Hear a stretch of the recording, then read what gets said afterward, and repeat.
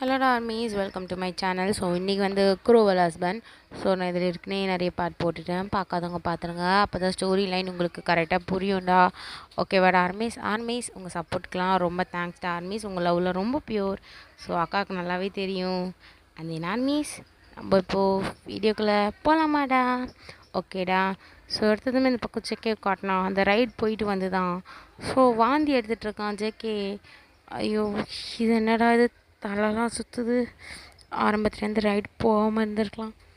ஐயோ, சுத்தமாக முடியலையே அப்படின்னு சொல்லிட்டு இந்த பக்கம் ஒரு பக்கம் குழம்பிட்டு இருக்கான். ஜங்குக் தேங்க் காட்டினா. Jungkook, are you all right? இப்போ எப்படி இருக்கு உங்களுக்கு? இல்லை தயா, நல்லா தான் இருக்கேன். பார்த்து இந்தாங்க ஜங்குக், தண்ணி குடிங்க அப்படின்னு சொல்லிட்டு தயாங்க ரொம்ப ஸ்வீட்டாக தரான் வாட்டர் எடுத்து ஜேகே கிட்ட. ஸோ ஜேகே அப்படியே தாங்க பார்த்து ஸ்மைல் பண்ணிட்டு ஸோ அந்த வாட்டரை வாங்கி குடிக்கிறான். ஸோ குடிச்சிட்டு அப்படியே வந்து தயாங் இந்த பக்கம் ஜேகே கூட்டிகிட்டு போய் உட்கார வைக்கிறான். ஒரு பெஞ்ச் மாதிரி இருக்குது. ஸோ ஜேகே அப்படியே பார்த்துட்டு தயாங்க, என்ன தயாங் நீ எந்த ரைடுக்கும் போகலையா? எதுவும் வேணாவா? இல்லை, உங்களுக்கு தான் உடம்பு சரியில்லைல்ல, அதனால் நானும் உங்க கூட இருக்கேன். இல்லை தயாங் நீ போ, நான் என்னை பார்த்துக்கிறேன். இல்லை வேணாம், நான் உங்களோட இருக்கேன் சரியா? சரி தயாங், இதுக்கு மேலே உன்னோட இஷ்டம், வா உட்கார் தயாங் அப்படின்னு ஒன்றுமே தாங்க போய் அங்கே உட்காந்துடுறாங்க. ஸோ உட்காந்ததுக்கப்புறமா ஜேகே, தயாங் உன்னோட ஃபேமிலியில் எப்படி இருக்காங்க, நீ எப்படி இருக்க அப்படின்னுமே இந்த பக்கம் தயாங், நான் என்னோடய ஃபேமிலியோடு இல்லை ஜேகே. ஏன், என்னாச்சு தயாங்? ஏன்? இல்லை, எனக்கு என்னை அவங்க வீட்டை விட்டு அனுப்பிட்டாங்க. ஸோ ப்ளீஸ் இதுக்கு மேலே எதுவும் கேட்காதீங்க. சரி ஓகே தயாங், நான் எதுவும் கேட்கல, சாரி ஓகேவா? இல்லை, நீங்கள் எதுக்கு சாரி சொல்கிறீங்க? அதெல்லாம் பரவாயில்ல, நீங்கள் தெரியாமல் தான் கேட்டீங்க. சரி தயாங், ஏதாச்சும் ஜூஸ் ஏதாவது குடிக்கிறியா? இல்லை, எனக்கு ஜூஸ்லாம் எதுவும் வேணாம். இல்லை நீ இரு, நான் போய் வாங்கிட்டு வரேன். எனக்கும் கொஞ்சம் ஹெட்டேக்காக இருக்குது. உனக்கு என்ன ஜூஸ் வேணும்? எனக்கு ஸ்ட்ராபெரி ஃப்ளேவர் போதும் அப்படின்ற மாதிரி சொல்லிவிட்டு ஸோ தாங்க அப்படி ஜேகேவே பார்த்துட்ருக்கான். ஸோ தாங்க பார்க்கும் போதே தெரியுது அந்நியாயத்துக்கும் ஜேகே மேலே ஃபால் இன் லவ், அவன் ரொம்ப விழுந்துட்டான்னு சொல்லிட்டு. ஸோ அப்படி இந்த பக்கம் ஜேகே நேராக போயிட்டு மில்க் ஷேக் தான் வாங்கிட்டு வரான். ஸோ வாங்கிட்டு வந்து இந்த பக்கம் தயாங்கிட்ட கொடுக்குறான். ஸோ ஜேகே கையில் அவனோட மில்க் ஷேக்கை வச்சிட்ருக்கான். ஸோ தயாங் அது குடிக்க ஆரம்பிச்சிட்டான். ஸோ இந்த பக்கம் ஜேகே தான் பேச ஸ்டார்ட் பண்ணுறான். எனக்கும் ஃபேமிலின்னு சொல்லிக்க அவ்வளோ யாரும் இல்லை தயாங்.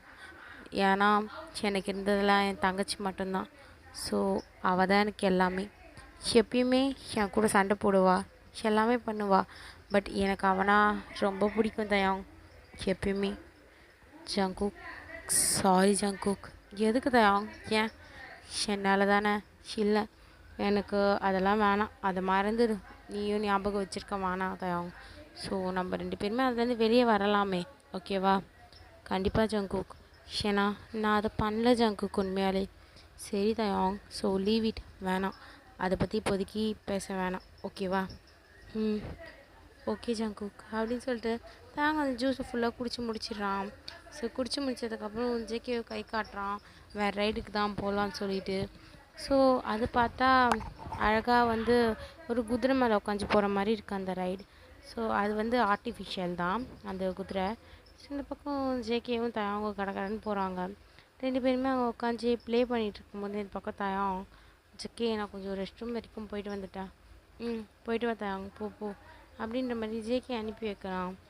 ஸோ தாங்க காட்டினான், நேராக ரெஸ்ட் ரூமுக்கு தான் போகிறான். ஸோ ரெஸ்ட் ரூம் போயிட்டு ஃபேஸ் வாஷ் பண்ணிகிட்ருக்கான். என்னது இது, தூக்கம் வர மாதிரி இருக்குது எனக்கு. என்னதான் ஆச்சுன்னு தெரியல அப்படின்னு சொல்லிட்டு ஃபேஸ் வாஷ் பண்ணிடுறான். ஸோ ஃபேஸ் வாஷ் பண்ணிவிட்டு திரும்ப வெளியே வரான். வெளியே இருந்தால் யாரோ ஒருத்தர் அப்படி இந்த பக்கம் தயாங் மேலே இடிக்கிறாங்க. ஸோ பார்த்தா தயாங் அந்த ஸ்பாட்லேயே கீழே விழறான் மயக்கம் போட்டு. ஸோ அந்த பர்சன் அப்படியே இந்த பக்கத்துலேருந்து ஜேகேவை பார்த்து சிக்னல் கொடுக்குறாங்க. ஸோ ஜேகேவும் அப்படியே அந்த பர்சனை பார்த்து ஓகே அப்படின்ற மாதிரி தலையாட்டிது. ஸோ தயாங்க தான் அந்த இடத்த விட்டு கூட்டிகிட்டு போகிறாங்க. ஸோ நேராக காட்டினா இந்த பக்கம் ஜேகே தாங்க கூட்டிகிட்டு வேறு ஏதோ இடத்துக்கு போகிறான். கிட்டத்தட்ட இதே மாதிரி 1 டே ஃபுல்லாக ஆயிடுச்சு. ஸோ தாங் ஸ்டில் அன்கான்ஷியஸில் தான் இருக்கான். ஜிமின் போலீஸ் ஸ்டேஷன்லலாம் கம்ப்ளைண்ட் கொடுக்க ஆரம்பிச்சிட்டான், பிகாஸ் தாங்க காணுன்னு சொல்லிட்டு. ஸோ லாஸ்ட்டாக ஜேகே கூட தான் போனான் அப்படின்ற மாதிரி சொல்லியிருப்பாங்க. ஸோ போலீஸில் விசாரித்ததுக்கு இந்த பக்கம் ஜேகே எனக்கெலாம் தெரியாது, நான் அவன் எப்பயோ போயிட்டான் என்னை விட்டு அப்படின்ற மாதிரி. ஸோ அவனோட ஸ்டேட்மெண்ட் அவன் அங்கே கொடுத்துட்ருப்பான். இப்போ காட்டினா தயாங் ஏதோ ஒரு இருட்டான ரூம்குள்ளே இருக்கான். ஸோ அப்படியே அவன் கண் முழிக்கிறான். கை கால்லாம் நல்லா டைட்டாக கட்டி வச்சுருக்காங்க. ஸோ அந்த ரூம்லேயே தான் இருக்கான் தயாங். தயாங் அப்படியே லைட்டாக ஐஸை ஓப்பன் பண்ணுறான். ஓப்பன் பண்ணி பார்க்கும்போது ஒரே ஒரு லைட் மட்டும்தான் எரியுது. கரெக்டாக தயாங்க்கு நேராக எரியுது. ஸோ தயாங், ஹலோ, யாராவது யாராவது இருக்கீங்களா? ஜங்குக் ஜங்குக் அப்படின்னு சொல்லிட்டு கத்துறான். இந்த பக்கம் யாருமே இல்லை அந்த ரூமில்.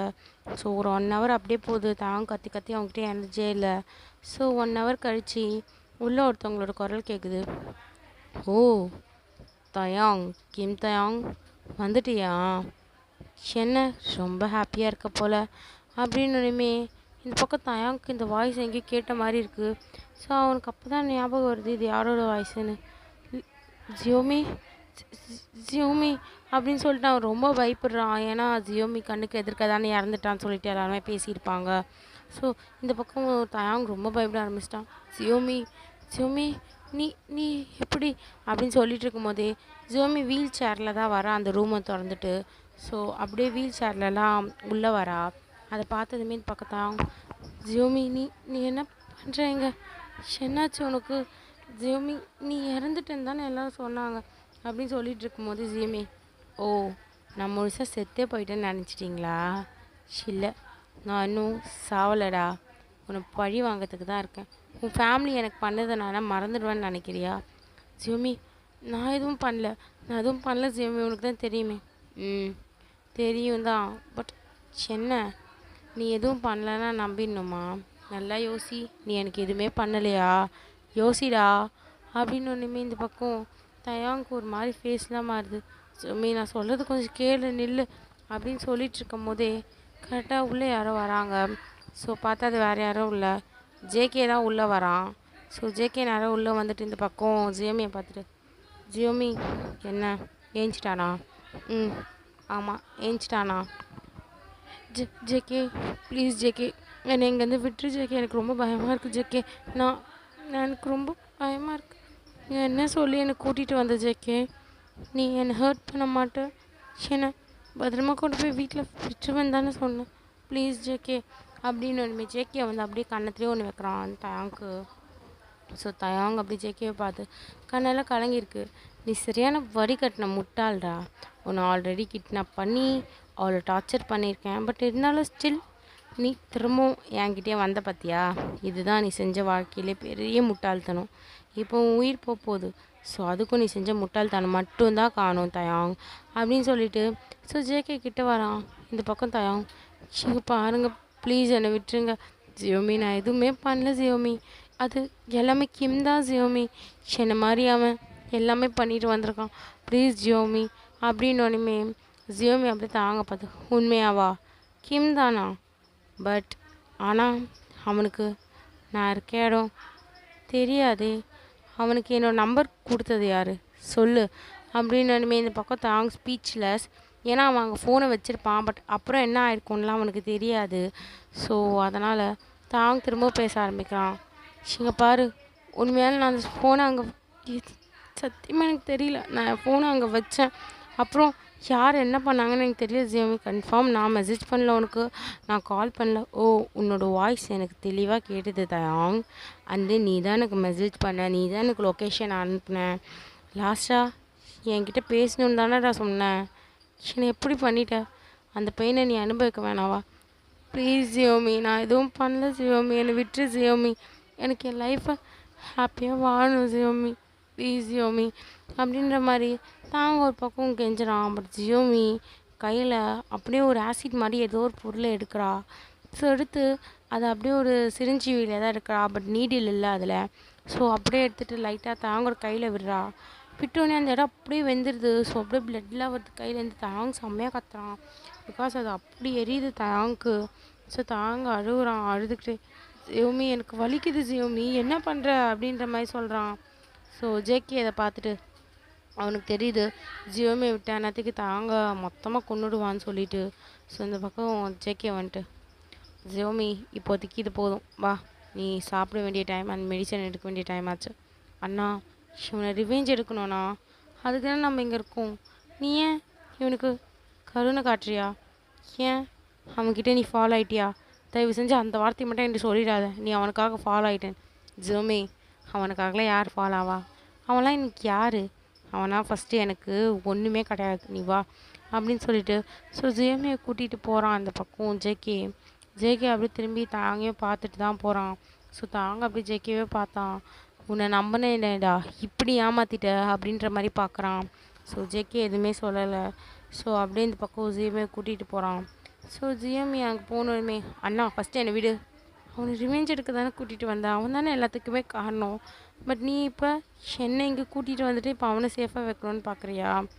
ஜஸ்ட் அவன் கொஞ்சம் தான் செஞ்சான் ஜியோமி. அண்ட் தென் நம்ம இவ்வளோ நாள் தப்பாக புரிஞ்சுக்கிட்டோம். நீ என்கிட்ட வந்து டேட்டூவை பற்றி சொல்லலைன்னா எனக்கு ஸ்டில் தெரிஞ்சிருக்காரு தான் இதை பண்ணான்னு நினச்சிருப்பேன். மேபி அவன் உடம்புல அந்த டேட்டூ இல்லை, அது வரைக்கும் அவன் தப்பிச்சுக்கிட்டான். ஸோ கிம்மை தான் இப்போ நம்ம பிடிக்கணுமா? ஆமாண்ணா, மேபி கிம்மாக தான் இருக்கும், தெரியல. பட் அவங்க 2 பேருமே அவங்க கிம்மும் பார்க்க ஒரே மாதிரி இருக்கிறதுனால டவுட் ரொம்ப இன்க்ரீஸ் ஆகுது அப்படின்ற மாதிரி இந்த பக்கம் ஜியோமி சொல்லிகிட்டு இருக்கா. ஸோ அப்படியே இந்த பக்கம் காட்டினா தாயா அவங்க சேரை எப்படி ஏஞ்சிக்க முடியுமான்னு ட்ரை பண்ணிகிட்ருக்கான். பட் எதுவுமே முடியல. இந்த பக்கம் ஜியோமி அப்படியே வந்து ஜேகேவை பார்த்து, ப்ளீஸ்ண்ணா நீயும் என்னை வெறுத்துறாத, என்ன அவனை மாதிரி நீயும் கஷ்டப்படுத்திடாதண்ணா, எனக்கு ரொம்ப கஷ்டமாக இருக்குண்ணா. அண்ணா ப்ளீஸ் எனக்காக நீ ரிவெஞ்ச் எடுண்ணா, என்னால் இவ்வளோ வலியோடு வாழ முடியலண்ணா அப்படின்னு சொல்லிட்டு ஜியோமி அழுவுறா.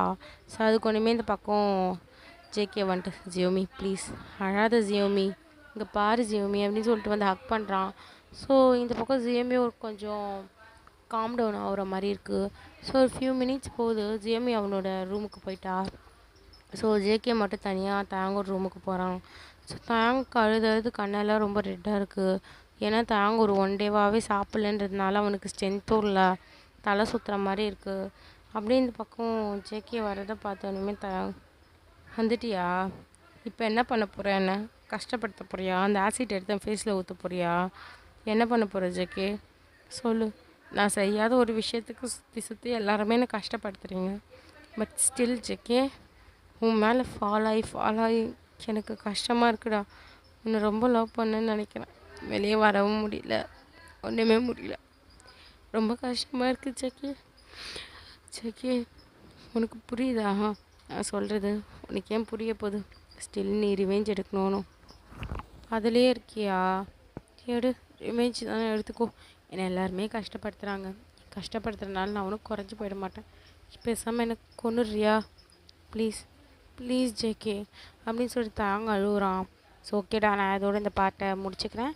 உங்களுக்கு இந்த பாட்டு பிடிச்சிருந்தா மறக்காம லைக் பண்ணுங்கள், ஷேர் பண்ணுங்கள், கமெண்ட் பண்ணுங்கள்.